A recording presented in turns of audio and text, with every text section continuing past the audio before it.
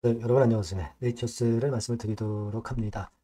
여러분, 약심의 회의로 결과가 공개가 됐어요. 그래서 요것을 좀 세밀하게 여러분들한테 말씀을 드리고, 그리고 요거를 우리가 어떻게 해석해야 되느냐. 또 앞으로 우리가 이런 식약처의 행태라고 한다면은 다시 NDA를 또 제출을 과연 해야 될 것이냐. 그냥 계란으로 바위치기인데 차라리 하지 말고 미국 FDA 쪽에 주력을 해야 될 것이냐. 이런 부분들을 한번 알아보고요. 네, 그리고 중요한 거는 이제 주가 흐름이라고 봐야 될 것 같아요. 네, 그래서 그건에 대한 말씀도 올리도록 하겠습니다. 그리고 영상의 끄트머리에는 승부조를 하나 말씀을 드리니까 또 집중을 많이 하셔가지고 좋은 결과 내셨으면 좋겠다는 생각입니다. 자, 그럼 네이처스에 막바로 말씀을 드릴게요. 네, 어려운 상황입니다. 네, 어려운 상황인데 구독, 좋아요, 알림 설정 주시는 분들에게 대단히 감사드리고 있습니다. 그리고 제가 말씀을 드리지만 이게요, 이제 중요한 건 다시 이제 수급이 어떻게 전환을 하느냐예요. 그러니까 요걸 장중에 보면서 제가 바로바로 말씀을 드릴 수 있으면 좋고요. 그리고 이제 재료가 나올 겁니다. 네.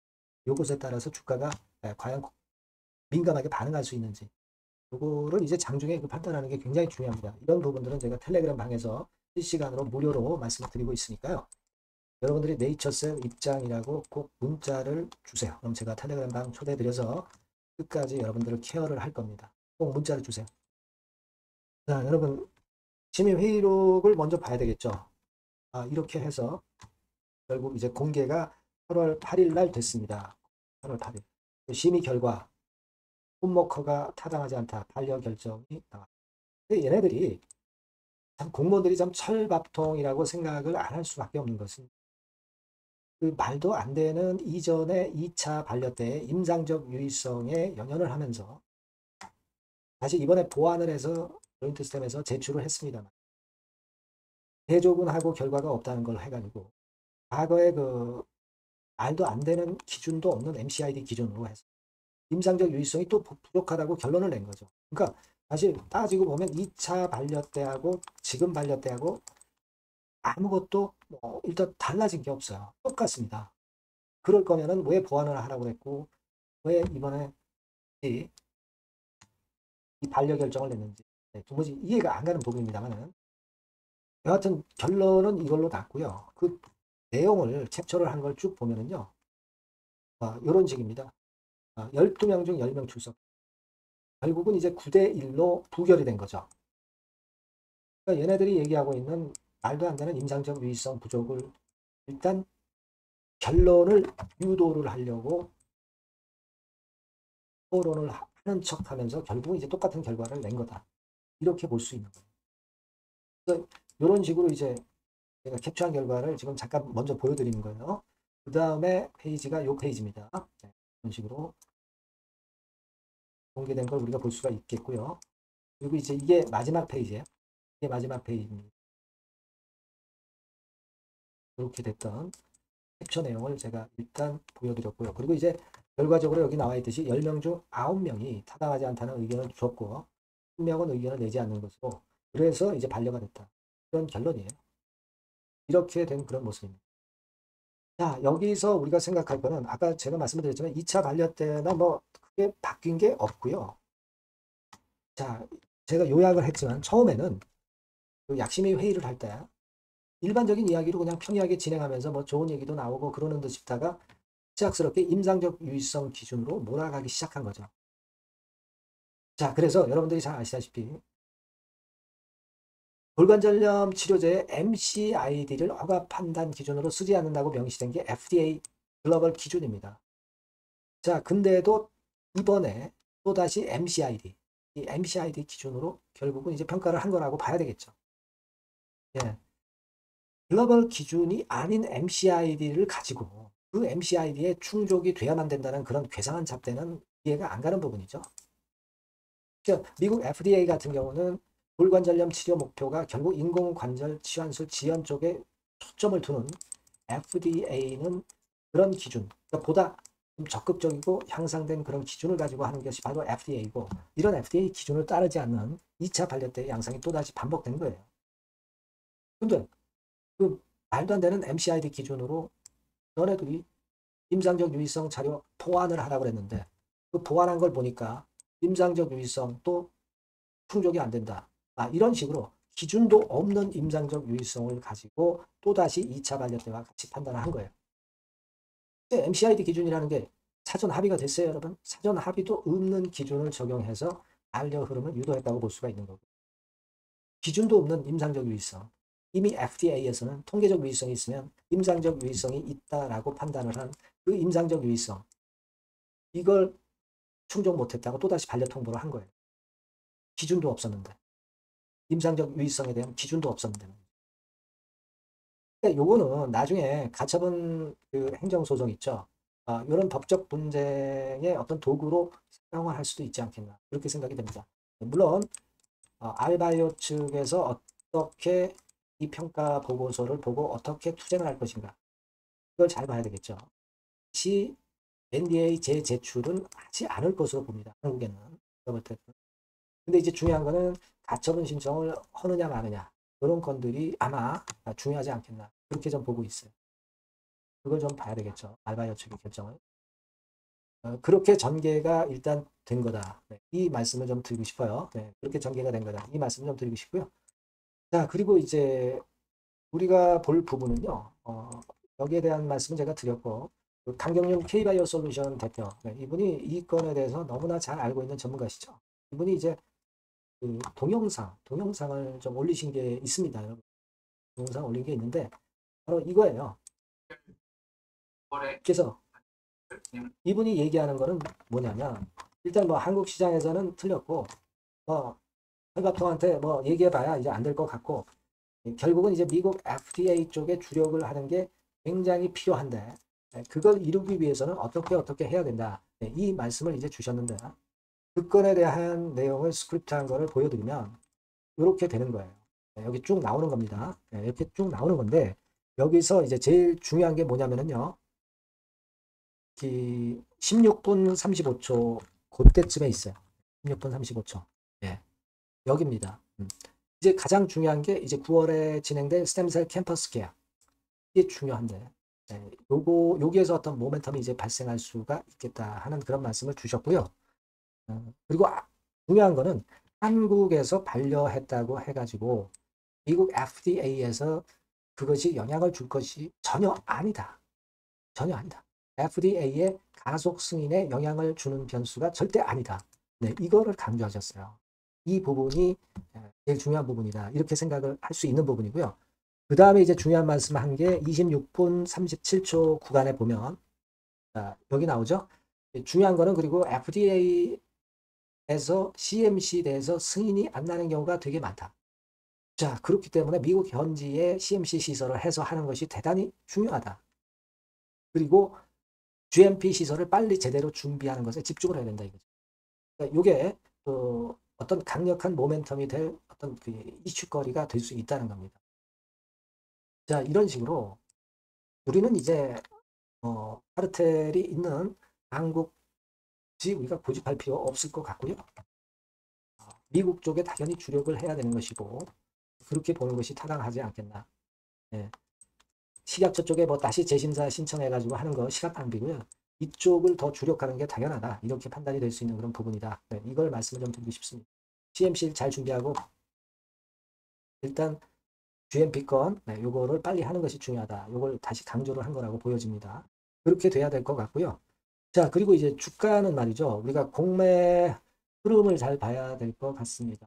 외인들이 이 매수 매도가 되는 것은 크게 의미가 없어요. 왜냐하면 얘네들은 실제적으로 보면은 이 공매도 같은 경우도 여기에서 보듯이 공매도가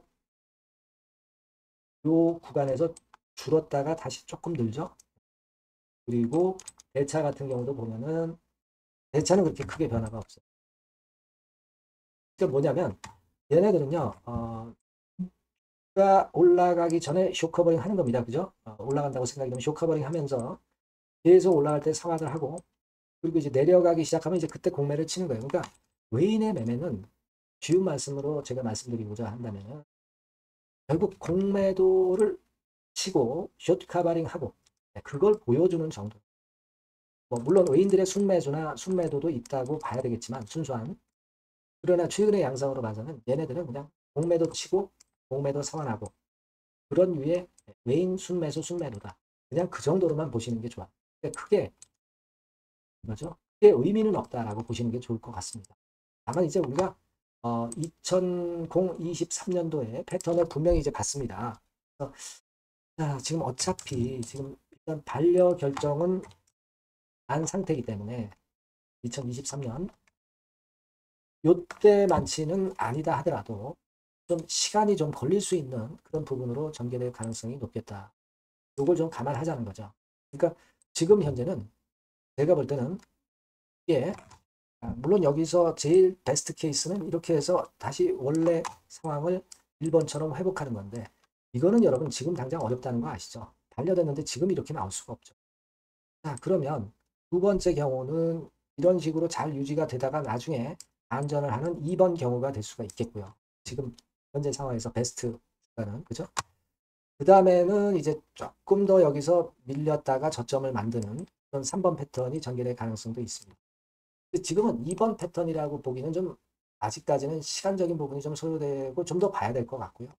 아직은 3번 정도 흐름이 될 가능성이 조금은 높아 보입니다. 물론 2번이냐 3번이냐는 제가 오늘 이후 장중 상황에서 수급이나 재료를 보고 다시 판단을 드려서 긴급 정보를 드릴 거예요. 하지만 1단계적으로는 조금은 보수적인 스타일로 생각을 하시는 것이 나쁘지 않아 보인다 이거죠. 그렇죠. 여하튼 지금 이후의 상황에 대해서는 제가 여러분께 바로바로 말씀드릴 거고요. 요 전번으로 네이처셀 이렇게 꼭 문자를 주신 분에게는 제가 신속하게 정보와 파탄을 드릴 거고요. 무료 텔레그램 방 들어오셔도 좋습니다. 네이처셀 입장 이렇게 문자 주시면 제가 텔방에 초대해드려서 여기서 지속적으로 여러분들을 케어할 겁니다.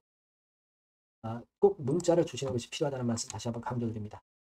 자, 그리고 제가 승부주 말씀드린다고 그랬죠. 네, 요거 지금 말씀드릴 테니까 말씀 잘 듣고 꼭 이 종목에서는 대박 내시기 바랍니다. 네, 여러분 이번에 여러분들이 승부를 꼭 걸어볼 종목입니다. 승부주죠, 승부주. 말 그대로 꼭 승부를 한번 걸어보실 필요가 있다. 겁니다. 자, 섹터는 여러분 IT 섹터예요.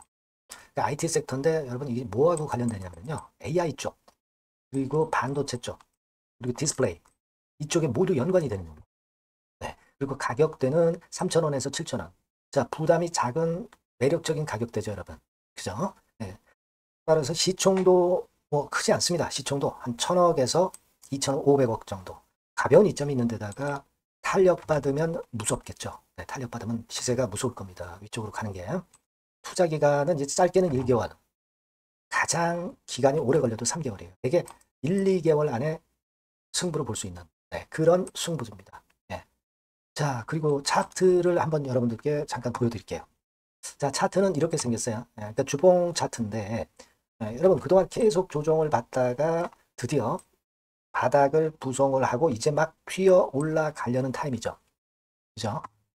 그러니까 이런 걸 뭐라 그래요? 바닥권에서 올라가기 시작하는 상승 초기 패턴이라고 그러죠.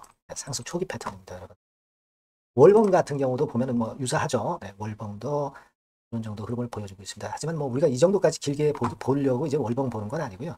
이게 주봉 정도 보고 매매하시면 될 것 같아요. 확신을 갖고 매매하시면 될 것 같습니다. 그렇게 말씀드릴 수 있는 종목이고 수급을 보면은요. 외인이 사실 그 이때부터 사기 시작했어요. 사다가 파는 듯 싶다가 다시 사고 파는 듯 싶다가 다시 사도록 오고 있어요. 지금. 그러니까 점증한다는 얘기예요. 순매수가 점점점 점증하는 패턴이기 때문에 그러니까 티를 내고 사지 않고 이런 식으로 해서 나중에는 이제 계속 연속 매수가 들어오겠죠. 그런 식으로 전개가 될 종목이다. 이렇게 보시면 될 것 같습니다. 목표는 이제 더블 가격이에요. 더블 가격 정도 본다. 이렇게 말씀드릴 수 있는 종목이에요. 그리고 더블 시세가 왜 가능할까? 이 부분인데요. 여러분, 이 IT 기기가 어떤 그 중간중간 그 새로운 기기가 나올 때마다 혁신이 일어날 때 이 혁신과 관련된 새로운 혁신적인 기기들은 엄청난 꿈의 시세를 냈어요. 그러니까 이 혁신적 IT 기기가 나올 타임이 도래해서 이 건과 관련한 선두 대장이라는 얘기입니다. 이게 모멘텀이에요. 그리고 이게 필수적으로 그 미래 IT 기기에 필수적으로 들어가는 재료와 관련된 종목이기 때문에 더욱더 각광을 받을 수 있다는 거예요. 그 초핵심 기술을 한국산화를 이미 성공을 해놨어요. 오케이 됐단 말이죠. 그리고 경쟁이 처지면 안 되잖아요. 근데 글로벌 타 경쟁 제품들에 대비해서 초소형, 굉장히 가볍다. 초경량.